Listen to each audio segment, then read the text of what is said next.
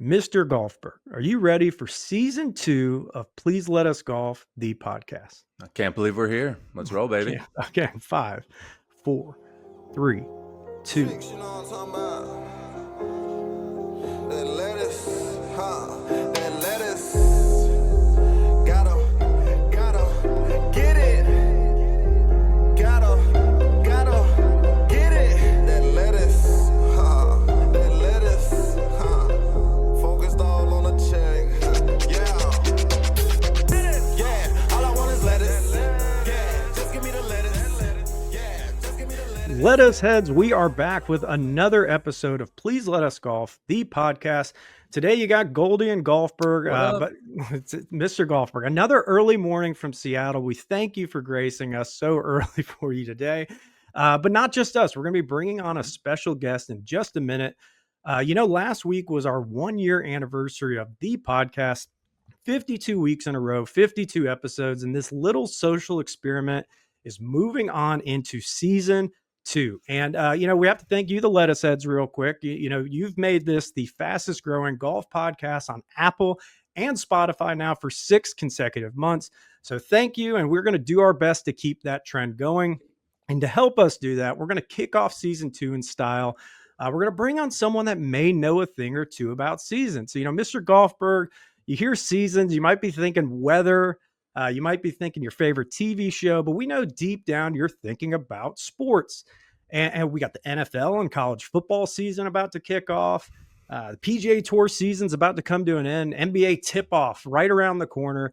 And of course, today, season 2 of Please Let Us Golf, the podcast.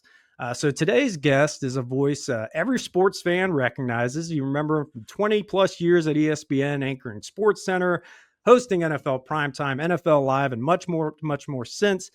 Recently, he has been seen covering some of the major championships in golf with NBC Sports. And what you might not know, he is a true golf sicko in the most literal sense of the term, posting daily on Instagram some of the most interesting and relatable content detailing his own personal golf travels and experiences. So Lettuce Heads, without further ado, please welcome to the podcast, Mr. Trey Wingo. Trey, how are we doing?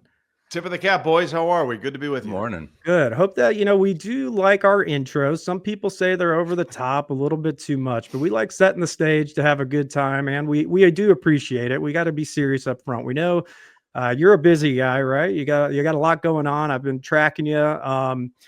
Normally at this point, I try to do a fun icebreaker, but I want to start with current event stuff with you, okay? And we got a lot of golf talk we got to get into, maybe even a little NFL question for you. I know you're a big NFL guy. Last month alone, I saw you out. You were out at the American Century Celebrity Golf Tournament. You were doing some stuff with out at Tahoe with the St. Andre and PGA Tour Superstore folks. But more importantly, last week, I see you're up in Nova Scotia, Cabat, Cape Breton. Look, about half of what we do on the podcast here is debriefing our own personal travels, experiences. We haven't gotten up to Canada yet. So tell us a little bit about that. Well, first of all, you got to go. I mean, Cabat is about as pure a golf experience as you'll find anywhere. That was my 5th time up there. Oh, wow. Yeah, it's ridiculously good. There are 2 courses there. There's the links course, which is a pure of a links course as you'll ever see, right along the Gulf of St. Lawrence right there. And then right about an 8-minute drive up from the property where the hotel and the villas are where we stayed is Cabat Cliffs. And Cabat Cliffs might be the world's perfect golf course. First of all, it's a very unique setup. It's 6, 6, and 6. 6 par 3s, 6 par 4s, 6 par 5s. That's crazy. I love aesthetically. That just makes a lot of fun. And yeah, I don't think I've ever seen that anywhere, actually. Yeah, it's very rare. So, and some of the par 3s are short. Some of them are really long. But you start with a par 5, you end with a par 5. I think 7 and 8 are back-to-back par 5s, then 10's a par 5, 15's a par 5. God. Something about all those par 3s, though, if your irons aren't going well. I've heard you talk a little bit about that. The iron game, The iron game, yeah. And the finish game. The finish at the Cliffs course is 16, 17, and 18. 16 is a par 3 that is literally over a gorge that's like a 200-foot drop down of the water, and has 2 greens. So it can play anywhere from 140 to 210 yards long. Then 17 is a par 4 that dramatically goes uphill. But if you put it in the fairway from about 100 yards away, it drops straight down. So your second shot is a putt. I was 120 yards away and took out the putter, hit it to the caddy was great, hit it left side of the green, rolls on, and the pin's all the way over the right. I mean, it shoots all the way down to within like 10 feet. And it's just, it's not something you do. Like, you can hit a wedge if you want to, sure. And a lot of people do, but the experience of putting it from that far away and seeing the results was just great. Then 18's just an amazing par 5 with the Gulf of St. Lawrence right there on your right. Cabot, and also has a short course called the Nest, 11 holes, which is tremendous.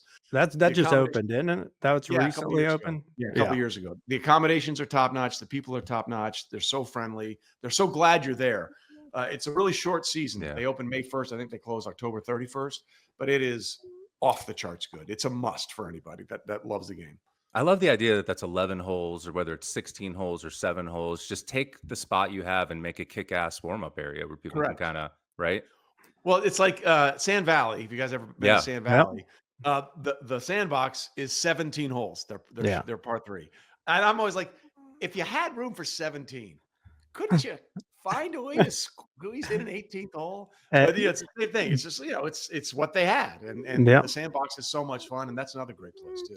Yeah. The sandbox is probably, it's my second favorite par 3 course. We have a debate in here because I don't know if you've done the Bandon Loop, if you've done that a couple of times. So the Preserve has a special place in my heart. It's like the most, it's hard. Don't get me wrong, for a par 3 course, you're not going to go tear it up. But it's one of the most beautiful walks and properties in the world. But man, the sandbox, these short courses, you smile cheek to cheek, you kind of throw them in as an add-on on these trips. And every time we leave, we go, man, we should have done that 3 or 4 times. It's as good. It's as much fun as it gets. Well, the Cradle at Pinehurst too is the same way. I don't know if you guys have been down there. I love the whole setup of the Cradle because they have music playing the whole time, and that used to be part of the Pinehurst #1. Right. And they took that land there. They reconnoitered it and made it into this great little thing. And I do believe that for a top quality resort, you really need 3 things. You need at least 2 courses,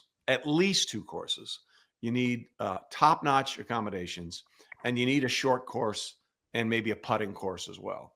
And, places like Bandon and Sand Valley and Pinehurst and Cabot, that's where you get people where you like you say, okay, I'm going to go play the golf course, but then you can do all these other things while you're there. And that just adds to the experience exponentially. You know what the short course does too? You go to these places and you're so obsessed about the experience of playing Bandon Dunes, and you want to play well, like to the best of your ability. So you can't help but think about your game and the shots and I just made a double bogey. How's my front 9 going to look? You get on the short course. It has nothing to do with score. It's all about the experience in the moment, just hitting shots. It's like the much more pure version of golf. It's why it's always more fun. It's always more fun. So, well, actually, one of the best short courses ever, which a lot of people don't get to play, is the short course at Pine Valley.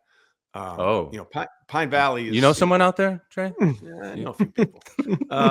Pine Valley, on any given year, if we're being honest about it, on any given year, probably the most 3 exclusive courses in America are Pine Valley, Augusta National, and Cypress. I mean, there's other courses like Seminole. I get all that, right? But those 3 are probably those are the 3 staple of top 3s for sure. Head and shoulders above. And there's the course at Pine Valley is ridiculous, but the short course is fascinating because what they've done is it's 11 holes. I think it's 11 holes. I can't remember. I think it's 11 holes. And they have some of the par 3s replicated from the course, but they've also taken par 4s and par 5s, and they've just taken out the tee shot. Okay. Yeah. And they basically said, okay, if you hit your ideal tee shot, this is where your ball would land, and you play it in from there. So there's a really massive par 5 on the backside of Pine Valley. I think it's 16. And it's a bear. You cross a pond, it's uphill, there's woods to the left, there's bunkers all the way to the right, and there's stuff all in front of the green. And if you had a really good drive, you're lucky to get on that green in 3. And what they did with the short course is they just took the tee shot out of 16. Said, okay, you've crossed the pond, you're here, and it's an identical replica of how you would play the hole going in. So it's a great thing if you ever get a chance to go to Pine Valley, play the short course first, because it'll give you a glimpse at to what a lot of the holes on the actual course are like. Awesome. Yeah, we'll when we do that, we'll prioritize that as a must do first. So, Sure. and I do again. My time we talked about a minute before we went. And we break the fourth wall here. It's mainly my fault. We break all the podcasting and broadcasting rules. I always have my beautiful agenda of how the Are there conversation. rules anymore? Are there rules anymore in this stuff? I don't have think a there are any rules very, anymore. you know what? Now We're you just arguing get- with our sponsors constantly about this. Yes, I was going to go into keep going golf talk, but see, that was a great transition. You're just such a pro. I want to talk about broadcasting for a second, and then I have a litany of philosophical golf questions because I think we could just go hole by hole at Cabat and spend a whole hour together. To be honest, I'd go shot by shot, bro. Let's go. yeah, but why? So this is I'm going to preface this by saying it's less of a question, more of a statement. And you probably end go, was there a question in there? But really want to pick your brain and your general thoughts. And it's about the evolution of broadcasting. So, for me, talking to you is a massive nostalgia dose. I'm 38 years old. So you're talking late 90s through 2013, 14, 15, when ESPN was the king of all sports media content, even sports entertainment to a degree. I can't imagine how many tens of thousands or maybe even hundreds of thousands of hours I consumed of you and your colleagues. But obviously over the last decade, advent of these alternative media sources, social media, there's been a huge pendulum swing, and for a lot of it, not good. Probably like anything else, there's some things that you could get a benefit out of, but some that's pretty bad.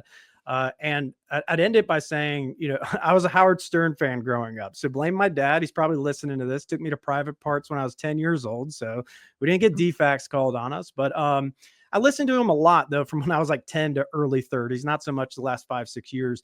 But, he was on the forefront of moving from terrestrial radio, as he called it, AM, FM, right, to satellite. And the whole thing was, don't have to worry about FCC. You get more independent programming, less commercial load, more a la carte for the consumer.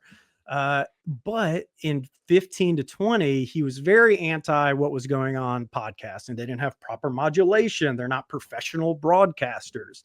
And you have Bill Simmons doing his thing, and now all these other podcasts, especially scaling the last 5 years. So bring us fast forward to you. You're a professional broadcaster by education, trade, decades of experience. And now you're chumming it up here with, please let us golf.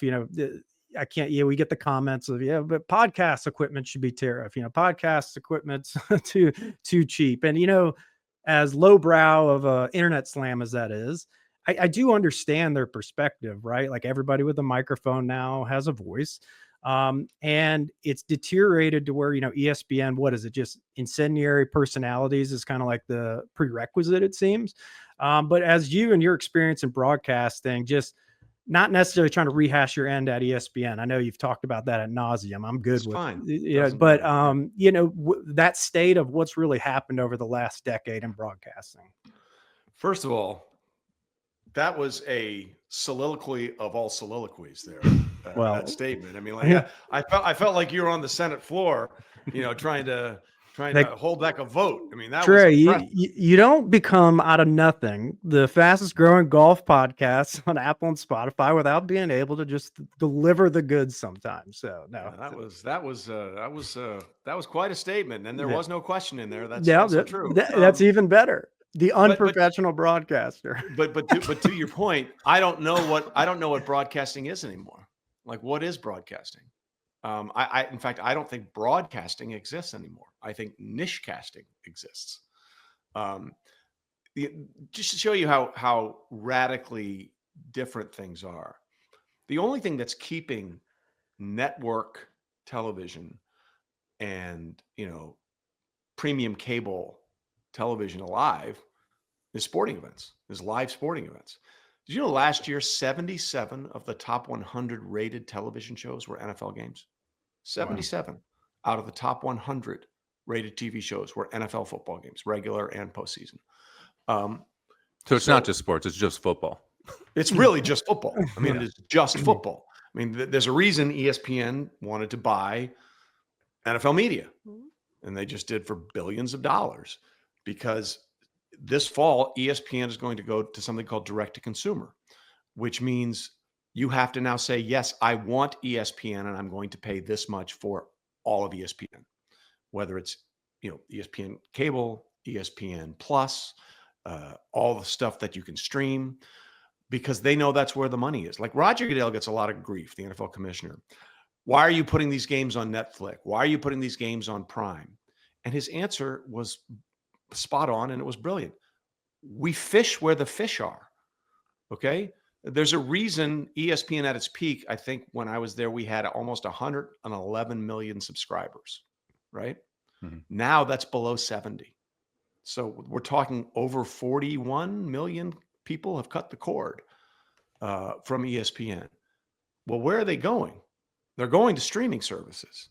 Like when I did the US Open and the Open Championship for NBC and Peacock, and then I came back and watched some of the stuff. Like I watched the last hour of the Open Championship on Peacock. The stream was actually faster and more up to date than if I went through my cable, Mm-hmm. So the industry has changed dramatically because of the advent of the internet and the advent of streaming. And, it's just a different dynamic. There was a time when people, like you had to be somewhere and sit down knowing that a program was coming on at that time to watch it. Okay. Now DVR or whatever. The only thing you don't DVR are live events, unless you're out of the country or whatever, and you can't, and you want to see it as it happens. Right. I can go anywhere. I was playing golf the first 9 holes of the final round of the Open, watching it on my phone. And then I went in and watched the last of it. You can do that now. And you have to be more nimble. You have to be more agile. You have to be. And not to interrupt you, go ahead. It's almost like there was a time a few years ago when it was super convenient to know I can pause the playoff game, NBA, whatever, go do my thing, come back and watch it. But then it's like we've gotten so far away from that time where people actually congregated and did something together. Now when a live event's on, golf, and like I know my buddies Andrew and all our other guys are like, you need to stay live so that you can communicate about it in the moment. And it's actually a shared experience. It is. And it doesn't happen anymore except for when a good event is on. That's it. Correct. It used to be, the Academy Awards used to be a big thing, Mm-hmm. and you look at the ratings for all those award shows.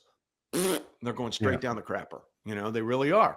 The only things where people engage, and it's an interesting experience, because one of my favorite things to do is sit down and watch the Red Zone on Sundays and then interact with people on Twitter or Threads about the things that are going on in the games. And that's that shared experience that you're talking about. You can DVR to watch it, but it's sort of an immersive experience. And I remember that the first couple of years that Twitter was around, I was getting all these people saying, man, it's really fun watching the games at the same time you're watching them, and seeing your reactions and getting your reactions to our reactions, and having that sort of live discussion about what we're watching while it's going on. And that's the real unique thing that has changed everything. It used to be, here's our product, take it or leave it, watch it or don't. And now it's, here's our product. What do you think about our product? What are we doing right about our product? What don't you like about our product? And they listen to that. They listen to that. Maybe sometimes to their own detriment, they listen to that. But that's the game now. That's the way it works. And what's the old line? Adapt or die. And that's what you have to do these days. So, I was going to save this segment to a little later, but I think it's a good segue into a little bit of the state of the professional game of golf. So ratings, I know this year some ratings bumps has been better. So everyone's championing PGA Tour, I should specify PGA Tour ratings. Everything's fixed, nothing's that rating dip of a few years. We're all good now, and you don't hear as much about merger talk and what's going on with LIV and PGA Tour. But so from your perspective though, how does that translate into the golf world? I know you said you did Peacock coverage, right? And there's this alternative or streaming opportunity for expanded golf coverage, but I know it's not new to rail on some coverage complaints relative to golf and commercial load and all those things, but really more so on your perspective of what we think the future of golf would look like from fixing the game to actually being a sustainable product. I mean, my big thing is all the money that came in through Live, whether you love it or hate it, okay, that fight's kind of come and gone. But is professional golf here to stay in the long term? You look at what's going on YouTube golf, alternative golf, the youth movement, I guess you could say, that's going towards that. It's like, yeah, I still tune into the professional events, but even me, I used to be clockwork. I watched everything, and over the last few years, I've deteriorated, and I kind of use that as the litmus of, is there a big red flag going on with viewership in the professional game No, I think outside of the it's, majors? yeah, I'm not sure. I think what you're going through is that you're 38, right? Yeah, yeah, the I mean, young that's kids. just getting older. I mean, Yeah, that's just what happens. You know, there was a time where felt like I had to watch every single sporting event. Like th- this is going to sound crazy to some people. The NBA All-Star game used to be on at 1 o'clock on a Sunday afternoon. It wasn't a prime time. It was 1 o'clock on a Sunday afternoon. And I would sit down and make sure I watched the NBA All-Star game. And now that's one thing I can guarantee you I'm never watching is the NBA All-Star game. I mean, your viewing habits and your taste discern as you get older. Now, as for golf, COVID was the best thing that ever happened to the game of golf. Not just the sport of golf, the game of golf, the business of golf. It was the only thing you could do, be outdoors, be around people, right. you know, with you know, the social distancing and all that kind of stuff. It gave you an out, and golf has been the benefactor of this. Now, the Live thing is interesting. Side note, some of the people that ran Live were folks that worked with me at ESPN, and they asked me to be the voice of Live. They asked me to be the host of all their coverage. And I was like, no, I can't do that. I don't. What about when they wrote that thing on the table and just slid it across to you? The number on the piece of paper that didn't work? That's a big number. Yeah, I can imagine. Look, here's the thing I can say about Live. There's no denying they have great golfers. The product is terrible. Yes. Okay. It's terrible. Let's just be honest with it. Because if it wasn't terrible, you know what people would be doing? They'd be watching it. Yeah. They'd be watching it. And when it first happened and they started taking big names away, like Brooks and Dustin and some of the other guys and Bryson, they had all the leverage. Liv had the leverage. And that's why the PGA Tour realized they were fighting a, $800 billion PIF, public investment fund from Saudi Arabia. You can't bring 100 million to an $800 billion fight. And that's why they felt the need to try and get this thing together. Well, then, you know, Live Golf never really took off as a product. And John Rahm's ability to win majors disappeared as soon as he went to Live. You know, and it's funny, I get people pushing me back on that. Like I say, it really has ruined John's career in terms of wanting to, and like, what are you talking about? You know, Bryson competes in majors. I didn't say Bryson. I said John Rahm. Yeah. Specifically John Rahm. Bryson is great. Bryson is holding the flag for Liv right now. And he is, you know, they used to say Tiger is the needle, you know, and everyone else is holding. Bryson's the only thing keeping Liv going right now. Yeah. I mean, it's the only reason that there's some sort of interest when it comes to majors, because Bryson does well in these things. You know, John Rahm has not been able to compete. And I mean, this is a guy there's a buddy of mine named Justin Ray, who I've worked with at ESPN, at the Golf Channel. He's like the Tiger Woods of golf research. If you ever want to feel smarter about golf, follow at Justin Ray Golf on Twitter or Instagram. By the way, it's always Twitter. It's never X. Yes. And you know, you look at Rahm's numbers when he was at the peak on the PGA Tour and the things he was able to do. And now he's just sort of like, he'll compete up till halfway through a Saturday and fall apart.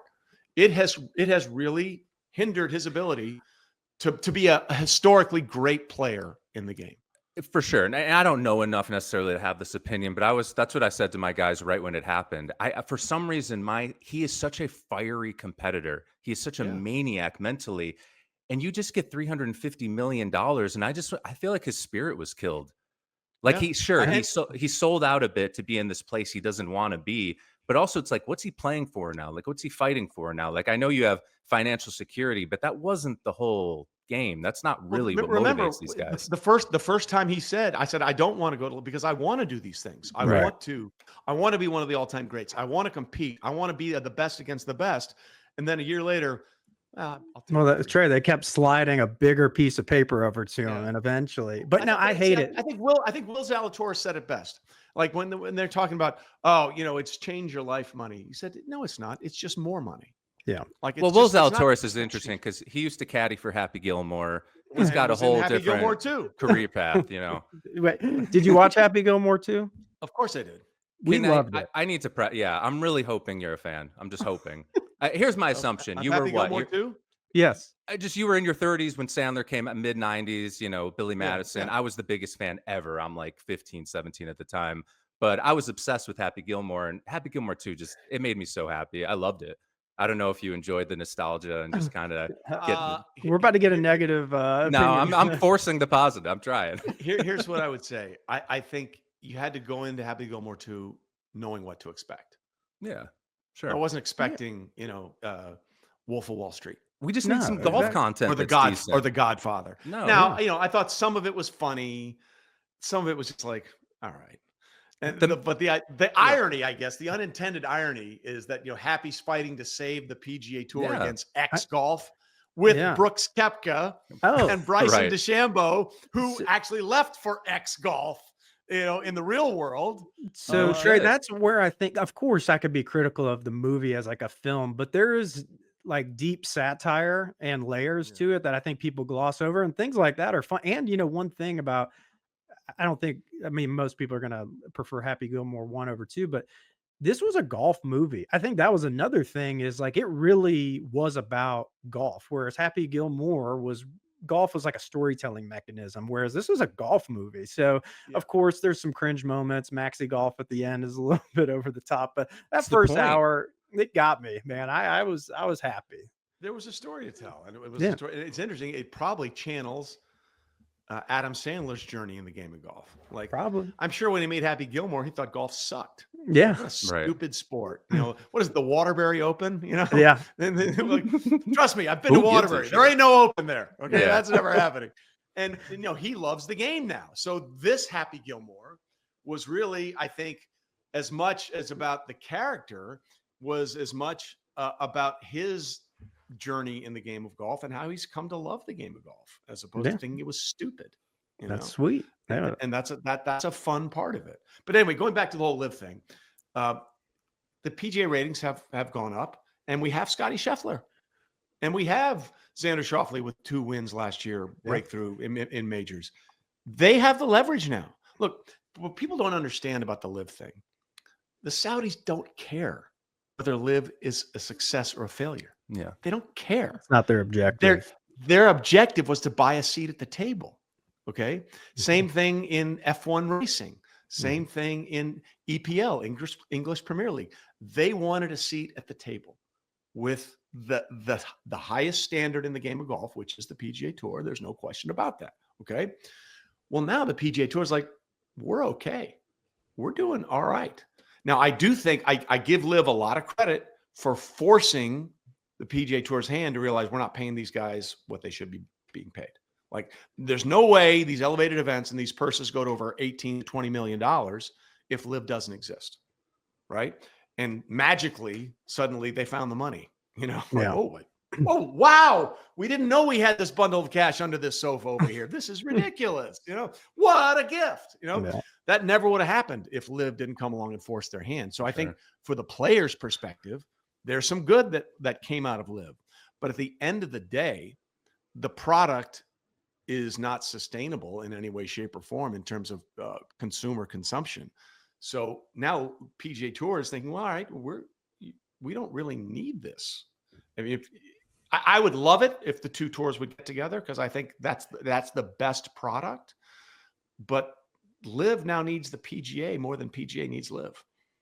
Yeah, I definitely agree that PGA Tour absorbed that initial blow, and now they're back in a position of power after being in a position of weakness. As a golfer, and I'm not, because we would need a full at least hour to just go on this one thread, but I still struggle because inherently there were fundamental issues with the PGA Tour in terms of There still are. And there still are. And I think some of the false flag of like, okay, yeah, Rory winning the Masters and Scotty being Scotty and some big names peaking at majors, didn't have all the weather delays and interruptions that you had early in the year of like 2024.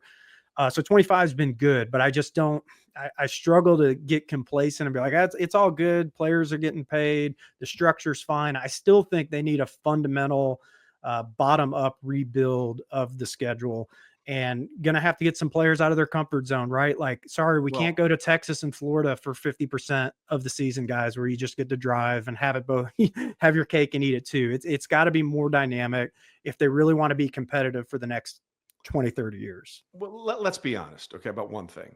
The idea that the major season in golf ended on July 20th is awful. It's asinine. It's awful, okay? And Brian Rolap, who's the new executive vice chairman, whatever his title's going to be. He's got a fancy corporate title. Grand Poobah, master of time, space, and dimension, whatever it is. I've known Brian forever in the NFL. So I hit him up right after he got the job and said, you got to move the PGA Championship back to August. It just has to happen, because think about this, right?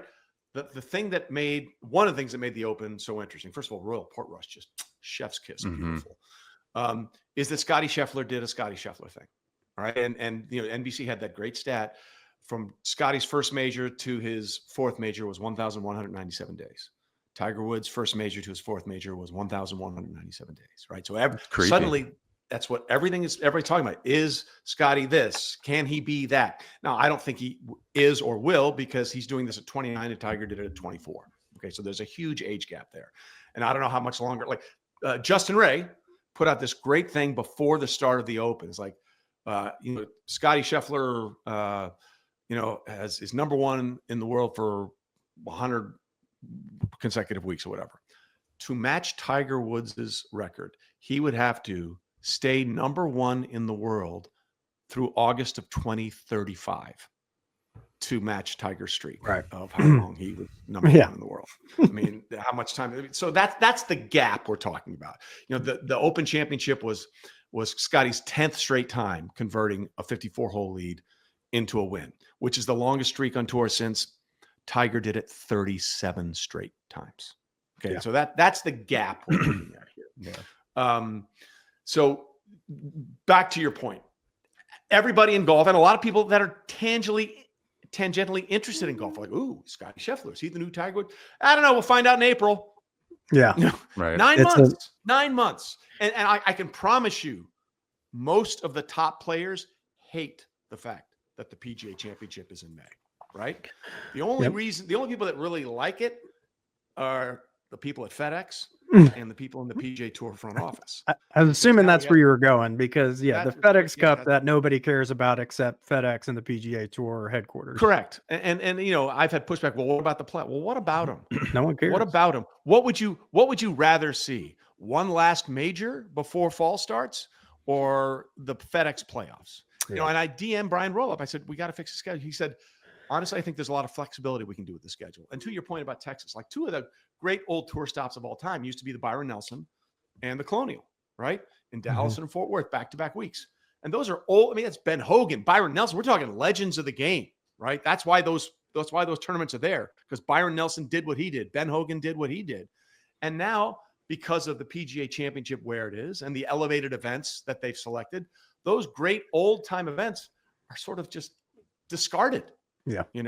I'd like to see those events become what they once were. Well, and Brandon, I think there's a big opportunity there if you can rework the schedule. And by the way, here's the other thing. They always say, well, we don't want to be against the NFL in the fall. It's bullshit. Is the NFL audience really a golf audience? Or more importantly, is the golf audience an NFL audience? And I don't think that's the case at all. Golf is a 12-month year-round sport, depending on where you're at in the globe, right? Yeah. I'm so sorry for you in Seattle, but there is so much opportunity, and man, I guess again, we could go hours into this, and we seem fairly simpatico on most of these points. And I didn't mean to interrupt, but you were talking about the event nomenclature and the history. That's such one thing Live has going for it, I think, is the simplicity of their Live Wherever, branding. I get corporate. I understand. I don't understand contracts and the corporate sponsors and all this, but the fact that you have these events, some of them iconic, that just do the corporate carousel and they're just called the Genesis, the this, the that. I really think they need to go back all in on making these events matter, like being state opens, regional, named after, whatever you said, whether it's Ben Hogan, whomever it is. I think there's just such a opportunity that I don't know what it is. If it's just this glass house, we're looking at each other, but somebody with a brain's got to be preaching this in tour headquarters of like, guys, we can really scale this into something. This is the opportunity. I agree with you. And look, so what if it goes up against, the tour championship used to be on Halloween weekend. Yeah. Okay. Used to be on Halloween weekend, the tour championship. Now that's probably too far, and I understand that. Yeah. And I hated the rollover schedule, by the way. Well, these other events that aren't really events start in the fall and then we move it. Now it starts at Kapalua in January, right? Let's be honest. It starts at Kapalua in January. It ends with the tour championship. Like that's the season. That's the season. Yeah. I know we were talking about a couple of different things there. We were talking about the Tiger Scotty comparisons. I really think I want to say this with a lot of sensitivity because no one's a bigger Tiger Woods fan. I mean, we grew up with this guy. He's the reason a lot of us golf. He's not, I don't feel like he's dead weight on the sport anymore. I need a nicer term for that. I just like slowing down the progression. Like we kind of just have to move past it. Like one of my favorite things about Happy Gilmore too is he wasn't in it. When he shows up at TGL, I think it gets bogged down a little bit. We're not focused on kind of the young new players. We're seeing them, hit wedges when he should have. But the young new players are there because Tiger's there. If this was the PGL, the Phil Golf League, they're not coming. If this was the JGL or the ROM Golf League, they're not coming. Those young players are coming because they want to hang with the big cat. Yeah, I get the whole point of it. It's a catch-22. I get that. He's the inspiration. They're not doing this for anybody else. They're not playing on Sunday, flying down to SoFi. Where in Florida? SoFi, yeah, it's down in is it West Palm Beach. Sorry. Yeah. Anywhere else, if it's not for Tiger, they're not doing it. That's a whole nother list of questions about TGL. But again, we will have TGL, TGL is what it is. It's just a fun little thing to watch. That's interesting and different. It's never going to replace anything. It's just a little alternative for the video game crowd. It's maxi golf in real life. What can we say? So I know we're running up a little bit on time. I do want to get back into some lighter, fun golf talk for the last couple minutes here. So I got a philosophical question. We usually ask guests. It's super simple, straightforward. Just why do you golf? Because I hate myself. Come on, I know it's deeper than. Oh, there's definitely a percentage of that with all of us, but it's got to be. We're all kind of masochistic about this. That's definitely on the Venn diagram. That's a trait that's high. But that's the beauty of it, right? Mm-hmm. Like the first 2 days at Cabat, for some reason I was hitting this high spinny tee ball, and just the wind was just taking it everywhere. So after the first 2 rounds, I'm on the range, and all of a sudden I just changed one little thing in my takeaway, just one little thing, it's taking it more, trying to keep it take it away on path instead of outside or inside. How'd you come up with that? Just feel. Felt it. Feel. It's the best thing Scotty Sheffler ever said recently. He said, I don't play golf swing, I play golf. Mm-hmm. And I think so many people get so mechanically involved in this, the hinge, at the end of the day, golf is a game about feel more than anything else. Now, you have to know the fundamentals of the swing, obviously, but it's about how you feel your way around a golf course. It's about how can you, like a couple of days ago, I was, I hit a pretty particularly bad tee ball, and I was sort of under a tree, and I couldn't, flight at the right distance. So I had to find a way to hood an 8-iron, get under this tree, and run it up to the green. That was the most fun I had the entire round. Yeah. That was the most fun I had. Instead of massive drive down the middle or a perfect 9-iron to within 15 feet, manufacturing that shot was the most fun I had in that round. And that's sort of the point I'm getting at. I just said, I think I feel something here on the range at Cabat. And then the next 2 rounds, bam, bam, bam, bam, right down the middle. And then you hold on to it for a while. And then yesterday, the spinners started coming back. I'm like, mother, it's the only thing it's like the Vince Lombardi line about chasing perfection. He said, gentlemen, we will pursue perfection knowing that we will not catch it, but on the way we will achieve excellence. And that's sort of the game of golf. You can hold on to it for a little bit, but eventually it'll buck you off, and then you got to find your way to fight back in. And it's the constant battle. Like golf is life. It really is life. Sorry, I lost a bud here. I'll keep talking. You play it as it lies. You get some good breaks. You get some bad breaks. Sometimes the bad breaks turn into good breaks, and sometimes the good breaks turn into bad breaks. But find a way to muddle through. And I think that's the beauty of it. And it's such an addictive sport. What's your take on unsolicited golf input advice on the golf course? Shut up. Like I can't. Like there's a friend of mine who is one of my favorite people on the planet. We played in a couple of events together, and he'll hit a tee ball in an event that we're playing as a team, and he'll miss the fairway, and he'll say to me, "All right, Trey, you got to hit the fairway now." Really? Well, that's not golf advice. That's life advice. But you think I don't know that? Like, and by the way, you have just missed the fairway, right? Yeah. You have just missed the fairway. It's like, really need you put it in the fairway? Why didn't you put it in the fairway? But Trey, what if we're playing and I just saw you hook a couple drives in a row and I'm just seeing it. I know what you're doing. You're hooding the club right before impact, or you're taking it a little too far inside. And I'm like, I'm with you. I want us to have a good time. Why not just maybe mention that really quick? That totally depends on what I think of you as a person. Okay, fair. And what I think of you as a golfer. Yeah. Right? Like the worst thing for me, like if there's somebody that I know is better than me and I respect their game, I'll take all the advice. Okay. But what I don't like is somebody, oh, you lifted your head up. Really? Thanks. Yeah. Appreciate that. I was unaware that just happened. So my receptiveness towards the advice is on two things. Three things. One, how mad am I at myself? Number two, how do I perceive you as a person? And number three, how do I perceive you as a golfer? It's always a delicate issue for sure.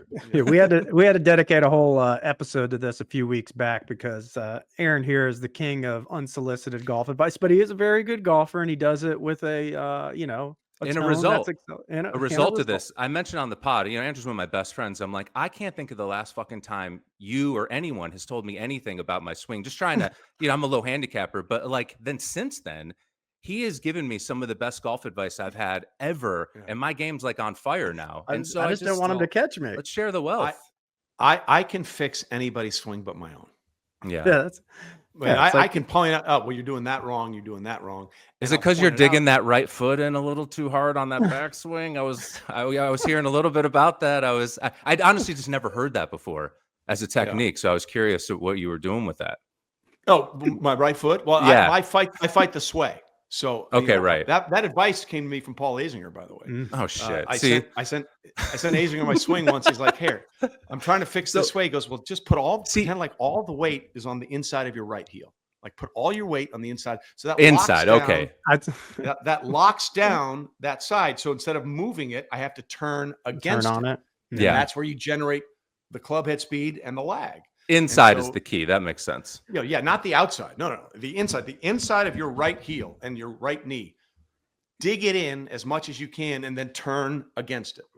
So that made me think of something else, though. Another follow-up. So you're struggling with your driver. You text Paul Azinger. Like how many of these opportunities do you have? I mean, I'm curious. I'm kind of curious, just realistically. Like, what is your kind of typical golf like? Who are the best buddies you like playing with? You're probably a member of the club. Like, what's the main place you're playing? Like, what does it look like? You're just going to set up around for the weekend. You have like your main crew, or is it a little more random because you travel a lot? I do travel a lot, and I mean, I have some guys that I play with on a regular basis. But for me, I'll play with anybody. Yeah. One of the most fun things I've learned in this game is randomly get paired with some people, and 95% of the time it's great. Mm-hmm. Very rarely, and I think being a member of a club has something to do with this. Very rarely do you go like, well, that sucked. That guy was a jerk. Right. It's just not that way. I will say this, that I am not gonna kill myself on the course. Like you can take this shit a little too seriously. Damn right. So my point is, unless you're getting your tour card, unless you think you can set the course record, and unless you're playing for $1,000 a hole, ease off on the rules a little bit there, Sparky. You know what I mean? Like, yeah. Just calm down. Just we're out here to appreciators of fun. If we drive it into a divot, maybe just kind of put it next to the First divot. of all, stupidest rule in golf. Never. There is a rule called ground under repair. A sand-filled divot is the literal definition of ground that's been repaired. That's brilliant. Absolutely. That's been my counter argument. We take relief. So what you should do for everything, but golf that is like literally ground has been damaged. We all need a yellow spray paint can in our golf bag. So at the upper, just circle it. Move your ball from it. So Trey, I'm not going to hold you hostage. I know you got to go here in a minute, but I got two quick rapid fires. First one's super selfish for me. I do my research. I like to do my digging. I saw a post from a year or so ago from Old Barnwell. That's deep to the origins of Please Let Us Golf. We're friendly with the folks at Old Barnwell. We had Brian Schneider on the pod here recently. One of my favorite courses of all time, especially inland. Just how was your experience at OB? The Owl. It was awesome. It was last October, actually. Went down there. I have a buddy of mine that lives in Greenville, South Carolina. So I went down and played with him, and he's like, "Hey, I got a treat for us. I got a guy that can get us on Old Barnwell." So we got up at like the ass crack of dawn, like 5 o'clock in the morning, to drive down there to Aiken for a 7:30 tee time. We were one of the first ones off. It's spectacular. Old Barnwell is absolutely spectacular. It's just, it's one of those, as you know, it's just a walking course, and fairways are wide. Ball can roll forever. The look of it is amazing. You don't feel like you're in South Carolina. No, this isn't a Myrtle Beach experience. This isn't Kiowa. It's a very, very different experience. I loved Old Barnwell. It's one of my favorite courses I played in the last 2 or 3 years. Awesome. I could do 20 follow-ups, so that's all we needed. We just needed to stipulate again for the people that listen that we don't just blow smoke. It's that good. And last one, it's amazing. It's great. And NFL's coming up. No, you're a huge NFL guy. I mean, I'm a fan, not a diehard. I'm also in college football territory here down in Georgia. But Mr. Golfberg and I, Aaron and Andrew, we're both we're Bears fans. We're originally from Chicago. By birth, right? I didn't choose the Bears we fan didn't life. choose this. Well, that's like no one would choose to be a Jets fan either. But sometimes it just happens. Is there any hope for us this season? I think there is. Look, I love what Ben Johnson has put out there for Caleb. Our goal is to complete 70% of your throws. Now, only 5 guys did it last year, including Jared Goff, when Ben was the offensive coordinator with him in Detroit. Caleb's going to have to be more selective, and he's going to have to do a couple things differently. He's got a little hitch in his throwing motion. It's not net and fire. It's got sort of an elongated throwing motion, which is something mechanical that can be a little corrected. But he's got to get rid of the ball faster. Like people say, "Oh, he's been sacked so much." A lot of those are on him. Okay, you know what? Sometimes is the best possible outcome of a play is an incompletion, right? An incompletion is better than a 7-yard sack. Oh yeah. Right? No, Herm Edwards, good friend of mine, used to always say, "Know when the journey is over." Sometimes the journey is over after 2.7 seconds, and there's nothing open. Dirt it, live to fight another day, because the other options are force a bad throw, which could be intercepted, or lose 7 or 10 yards on a sack. So Caleb's got to get better at that. I love the signing of Joe Tooney to help that offensive line, and I think they have some weapons around him. The NFC North is going to be extremely competitive. It's going to be one of the tougher divisions in football. I do think there's going to be some regression from the Lions, though, this year. I think just statistically, you can't lose your entire coaching staff and 3/5 of your starting offensive line and expect things to be the same. Our quarterback doesn't have to work. It just feels that way at this point. We just keep missing on these great draft picks just over. The Bears and have over never and had a over. 4,000-yard passer. They've never had a 4,000-yard passer. It's the lake effect. You just can't do it there, man. Good point. That might be ownership. That might be part of the problem. Yeah. Can we move Soldier Field? Still in the middle of Illinois. Actually, by the way, quick story. When I was a senior, I went to University of Illinois, Champaign-Urbana. Sure. That was when they were doing construction on Soldier Field. And our senior year, the Bears Marty played. Morningweg. We had season tickets, 20-yard line, 8 rows up because it was super inexpensive at our Memorial Stadium in Illinois, and we had Brett Favre Monday Night Football at University of Illinois. It was one of the coolest things ever. Yeah. And he killed us, and it was still fun to watch. Anyway, I think it was the Bears-Lions game when Marty was the head coach of the Lions, where he decided to kick the ball in overtime because of the wind. And right. they didn't win that game. Yeah, sounds about right. Big thinkers. So Trey, well, let us head you heard it here first. There is hope for the Chicago Bears. So we're excited. But hey, Trey, we'll let you go there. Man, really appreciate the time. Hopefully one day down the road we'll catch up, do this again, get some more golf travel talk in. If any big things go on. Mr. Golfberg, anything for Trey before we go? No, just a pleasure talking, man. Really appreciate it. Yeah. Dude, did anybody ever tell you look like a little young Brolin? Oh, no. Yeah. Thank you. Am I picking that up, or is it just because the screen's so small? No, Yeah. I think that's pretty accurate. I think Now he's going to accurate. walk around with something that just makes his screen or his face small. Do I look like Josh Brolin? Yeah, I'll just stand further away from people when I meet him. Really. Yeah, hello. Hell yeah. Dude. By the way, but- Son Katie, a great little golf Yeah. getaway near you. Son Katie is awesome. Right on. Played Great a tip. lot of Yeah, on the list for sure. Yeah, For we sure. got to. God, dude, we could chum it up on that. You got to keep them coming back, right, Trey? I know I'm not a professional, but you got to tease it out there. So Done. let us heads. With that being said, Trey, Mr. Golfberg, we appreciate it. Thank you for sticking with us and making this a success so far. And welcome to season 2. And most importantly, stay plugged. And we'll see you next week. Peace. All right. Peace.